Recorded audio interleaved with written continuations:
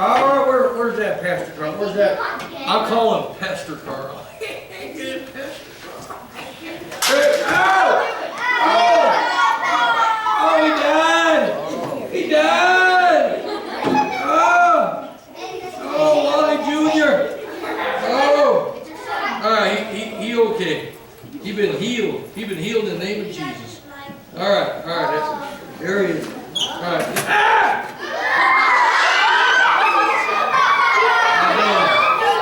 I don't traumatize the little children. All right. Anyways. All right, I'm back. So we've been learning about this my racer dude. I'm in his pit crew. My name is Wally. In case you're new, you look kind of new. I can tell who's new because they got a bag. I figured it out. I've been coming here for a while. All right, we've been learning about this dude. I'm going to quiz you, see if you've been paying attention. What's his name? Oh, you guys smart. Okay, here's a trickier one. What was his name before he became? Saul. Man, you guys good. All right. So remember, Paul. He used to be a bad guy. Well, he wasn't really a bad guy. He was a good guy doing bad things. All right, because he always loved God. Right? He was like a Jew of Jews. Right? He did all these good things. Remember, he loved God, and then he did not like that Jesus feller. He thought that Jesus feller was a troublemaker. Because he was coming, and remember, he was saying, you don't got to do all them good works. And Paul, my man, he was like, man, I got the good works down. Like, I'm an expert at doing good. And when Jesus was saying you don't have to do all the good works, I mean, they're good. It's good to do good works. I mean, works that are good. But that ain't how you make God happy. It has to do with the heart. And Paul's like, I ain't into all that touchy-feely heart stuff. That's like for chicks, you know what I'm saying? So Paul did not like him, so he wanted to get rid of him, you know what I'm saying? So he got rid of him. All right, they had that fake trial, and they got rid of him, and they, can I say crucified in children's church? All right, they crucified. Now, I didn't go to the crucifixion because the sign of blood, the word, that B word, that make me queasy. So I did not go, but I heard all about it. It was nasty. It was the things in his feet and his hands, and he hung there, they whipped him in the thorns. All right, I did not go to that. All right, but I heard about it. And they done got rid of him. They buried that problem. They thought they were done with him.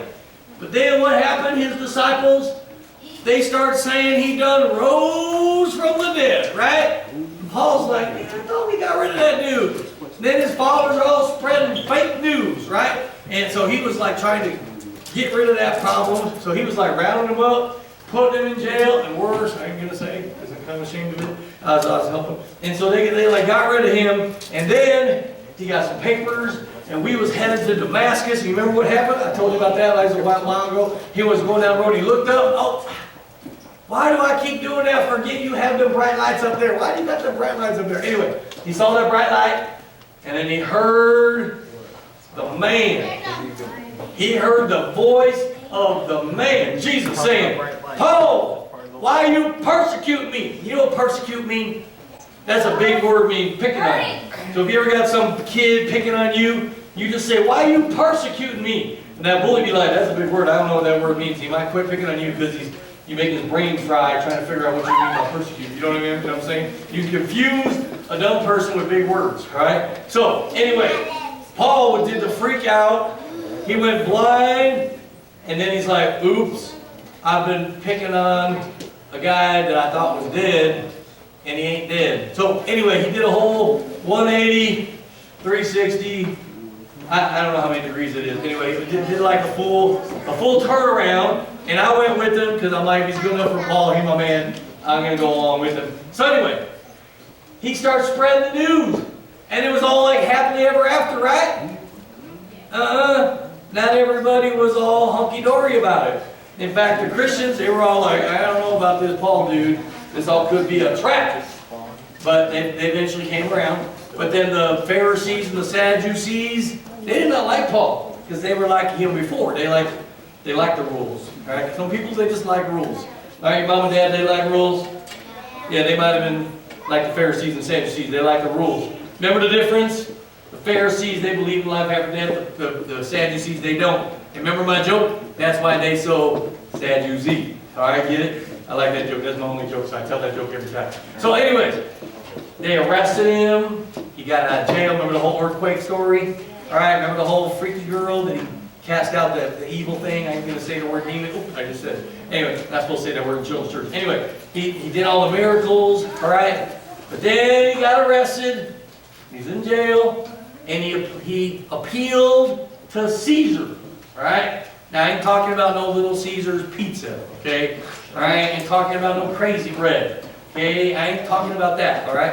I'm talking about the actual Caesar, the dude in Rome. So last time I was here, I told you about the whole boat ride, the shipwreck, the getting bitten by, when you get bitten by a hamster. I tried to trick you, but you guys too smart. He got bit by the poisonous snake, didn't kill him, because he's my man, he's God's man, all right? So anyway, all that, he get to Rome, and he was a prisoner. But you know what's kind of cool? I don't know if it's because he's a Roman citizen or he's a sweet talker or what. He did not have to go to a jail. He got under house arrest. You know what that is? He got to rent a house. How cool is that? Man, if you ever get arrested, I know you won't because you're all good kids, but if you ever get arrested and you're going to go to jail, just say, hey, Mr. Judge, sir, can I have a house? Can I rent a house? You can still have a guard and all, but I just want to stay in a house. See what the judge said.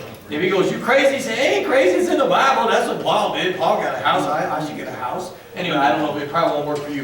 But it worked for Paul. So Paul got a house. He stayed in the house. There was like a guard outside the house. So you know what Paul did? He starts holding Bible studies. Now, I didn't call Bible studies because they didn't have the Bible. They had scriptures, right? And there weren't no Old Testament, New Testament, because the New Testament didn't exist yet. You can't have an Old Testament without a New Testament because it's just the Testament, right? So anyway, he started inviting these Jews in Rome over to his prison house. And he starts having little studies with them. He's like, you know, you all know Isaiah talking about the suffering servant. Yo, I met him. Well, sort of. I mean, I helped kill him. But anyway, he's not dead. He's alive. So these Jews, they probably lost if they were in Italy. I don't know why they were doing in Italy. They must have been lost. But anyway, he starts telling them all about Jesus. They start getting saved. And then, the people that weren't in Italy, because he's far away, he starts writing them letters. He wrote them bunches of letters. All right, so he wasn't moping there in his jailhouse. He starts writing them letters. And he wrote all kinds of letters. I have them memorized. All right, he wrote a letter to the Romans. And he wrote a letter to the Corinthians. He wrote 2 of those, and he wrote a letter to the Galatians. I have these all memorized. He wrote them to the Philippians and the Thessalonians. He wrote 2 of those. And let me think. I have this memorized. The Ephesians and the Colossians. And then he wrote one to a guy named Philemon. And Timothy. Remember Timothy? I told you all about Timothy, his pal. All right. And he wrote 2 to him.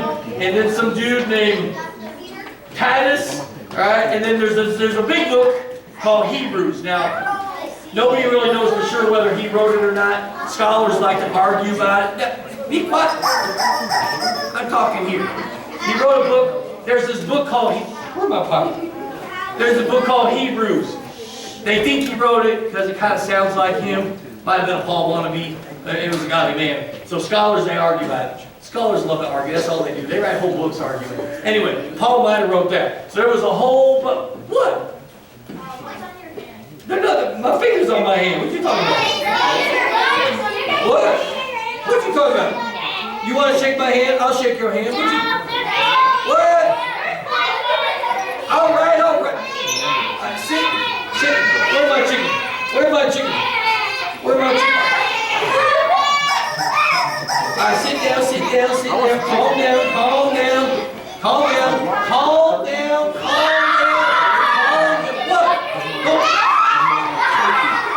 All right. That's called my cliff notes, okay? That's all right. That's a lot of books to remember, okay? That's a lot of books to remember. Anyway, he wrote all those books.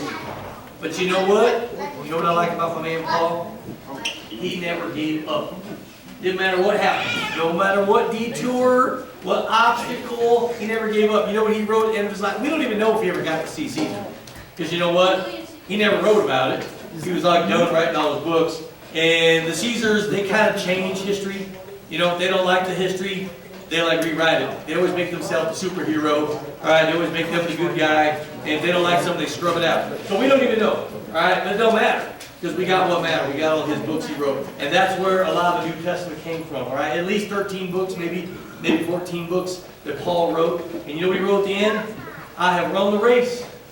I have completed the task that the Lord gave me to do, the task of telling others about Jesus. So, you want to win the race of life?